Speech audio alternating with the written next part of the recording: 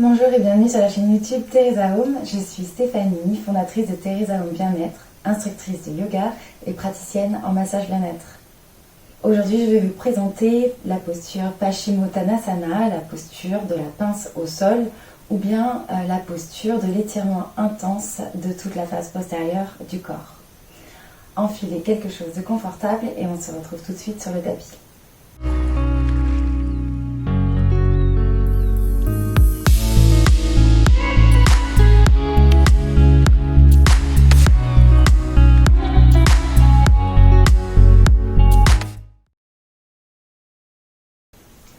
Paschimottanasana est une posture très bénéfique pour le corps, pour les muscles et les articulations. C'est une posture qui nous procure un sentiment d'ancrage, de stabilité, d'apaisement et de sérénité. Elle permet de recharger notre énergie en nous invitant à l'immobilité et nous aide ainsi à la concentration.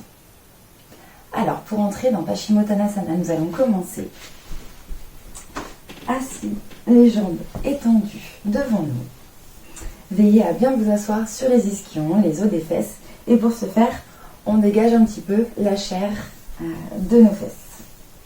Posture de départ, les talons sont fermement ancrés dans le sol, les pieds fléchis et les jambes poussent le sol, repoussent le sol légèrement.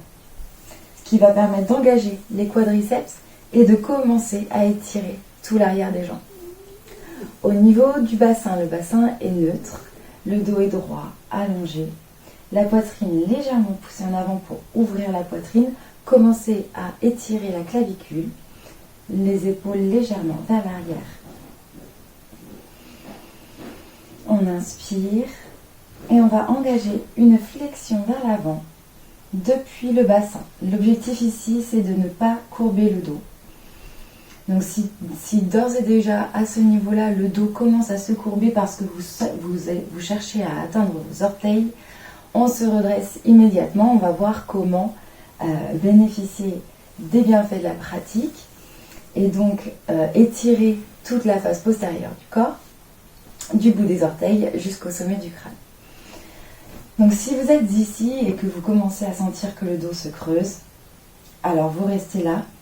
Vous regardez entre les gros orteils, vous gardez bien les pieds fléchis et vous respirez. Vous laissez vos mains posées sur les tibias, sur le sol. Vous pouvez peut-être également, afin d'ouvrir la poitrine, pousser légèrement avec le bout des doigts à l'arrière du tapis pour forcer un petit peu la flexion du buste et ainsi amener le corps en douceur dans la flexion. Et vous restez ainsi. Faites de la place dans le cou. Laissez la place entre les oreilles et les épaules. Allongez la nuque depuis le sacrum jusqu'au-dessus du crâne. Et petit à petit, sur l'inspire, vous grandissez et vous inclinez vers l'avant depuis le bassin. Toujours depuis le bassin, ce qui va avoir pour effet d'intensifier l'étirement à l'arrière du corps. Et vous descendez petit à petit. Ici, on veut déposer le buste sur les cuisses. Si vous pouvez descendre un petit peu plus bas, attrapez les gros orteils avec un crochet de l'index et du majeur afin d'effectuer un mouvement de traction. Les jambes sont engagées, les talons poussent dans le sol. On inspire et la sangle abdominale engagée nous tire vers l'avant. Les muscles du dos sont relâchés. On écarte bien les coudes de chaque côté afin de laisser la place à la poitrine. Et on avance petit à petit. Relâchez les tensions inutiles. Au niveau des muscles du visage, ne vous crispez pas. Laissez faire le corps. Laissez le corps s'installer dans la posture.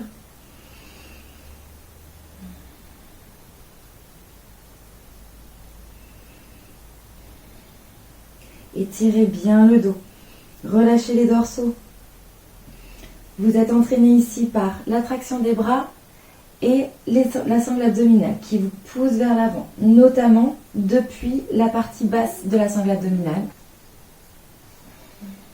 Et petit à petit,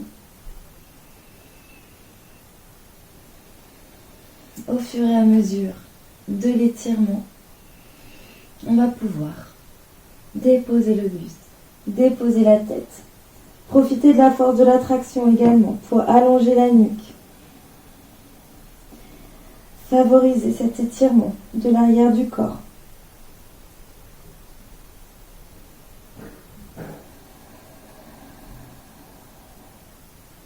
Sur l'inspire, revenez peut-être à allonger le dos un peu plus.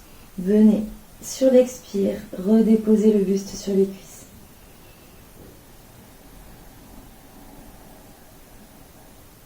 Si c'est inconfortable pour vous au niveau du crochet des gros orteils, n'hésitez pas à attraper les bords externes de vos pieds.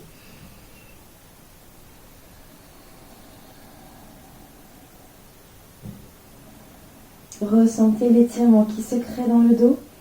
Relâchez bien les dorsaux. La sangle abdominale est très active. Les quadriceps aussi.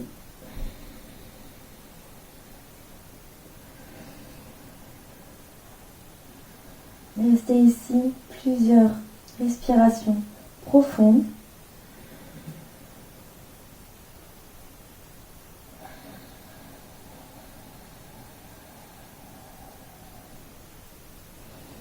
Et sur l'inspire, on déroule et on sort de la posture en douceur pour revenir dans notre posture de départ d'Andasana, la posture du bâton. Je vais montrer une petite variation pour les personnes qui auraient vraiment des difficultés à s'incliner vers l'avant du fait d'une raideur trop importante à l'arrière des jambes ainsi que des muscles rétrécis. Donc, première option, vous utilisez une sangle ou bien une ceinture que vous allez passer derrière les pieds au niveau des articulations des orteils. Ensuite, le principe reste le même. Vous ajusterez en fonction de ce qui est bon pour vous la distance entre les pieds et les bords de la sangle. Et donc dans la même logique, on va juste se servir de la sangle pour tirer le buste en avant à la force des bras et à la force des abdominaux. On inspire et on s'incline. Et si vous n'êtes qu'ici, eh bien vous restez là. Même principe, on allonge bien le dos, on ouvre les épaules. Les pieds sont fléchis, les quadriceps engagés. La nuque allongée, dégagée. Les épaules loin des oreilles. Et vous pouvez fixer soit le poing entre les deux gros orteils, soit devant vous un petit peu plus loin. Fermez les yeux également. Et essayez de ressentir cet ancrage de toute la face postérieure des jambes, de votre assise. Et laissez les expires vous emmener un petit peu plus loin à la force des bras.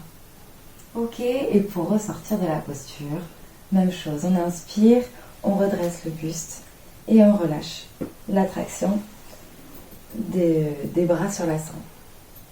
Ensuite, deuxième option, si vous voulez favoriser un petit peu plus l'inclinaison du buste, vous pouvez vous asseoir sur une brique ou un coussin, dépendamment du matériel que vous avez à disposition. On va créer un petit banc comme celui-ci. Hop. Ce qui va nous permettre d'élever le bassin et de favoriser la descente à l'avant. Donc, toujours pareil, ici, on est assis sur le bord de la brique, sur les ischions. Ok, donc on dégage la chair des fessiers pour être bien stable. Répartir le poids du corps harmonieusement sur chaque fesse. Posture de départ en Dandasana. On fait bien ses contrôles, le dos est allongé, la nuque longue, le regard entre les deux gros orteils. Et on tire avec les bras uniquement sur la sangle et ensuite la sangle abdominale qui nous envoie vers l'avant. Et donc si vous êtes ici, vous restez là. Ne cherchez pas à aller trop loin. Il faut laisser l'étirement du dos, l'étirement de l'arrière des jambes se faire afin de pouvoir descendre de manière correcte dans la posture. Donc ce qu'on ne veut surtout pas, c'est avoir ceci. Là, vous n'allez pas bénéficier du tout de la posture, vous allez créer des crispations et vous allez vous sentir peut-être encore plus mal qu'avant de commencer la posture. Donc ici, on ouvre la poitrine, les épaules vers l'arrière, la clavicule est longue. On inspire profondément et sur l'expire, on tombe vers l'avant, on s'incline. Ok? Et donc de la même manière, vous restez là. Plusieurs respirations, le plus profondément possible. Fermez les yeux, essayez de rester immobile et laissez l'étirement se faire tout naturellement afin de constater au fur et à mesure de la pratique de Paschimottanasana vos progrès et l'étirement de l'arrière du dos et de l'arrière des jambes. Voilà, j'espère que cette vidéo vous aura plu, qu'elle vous aura permis de découvrir ou redécouvrir Paschimottanasana. N'hésitez pas à partager votre expérience de la posture en commentaire, à partager la vidéo également avec des personnes qui peuvent être intéressées pour découvrir ou redécouvrir les asanas du yoga. Abonnez-vous à la chaîne Teresa Home pour recevoir les notifications de la mise en ligne des prochaines vidéos. Quant à moi, je vous embrasse et je vous dis à très bientôt. Bye bye.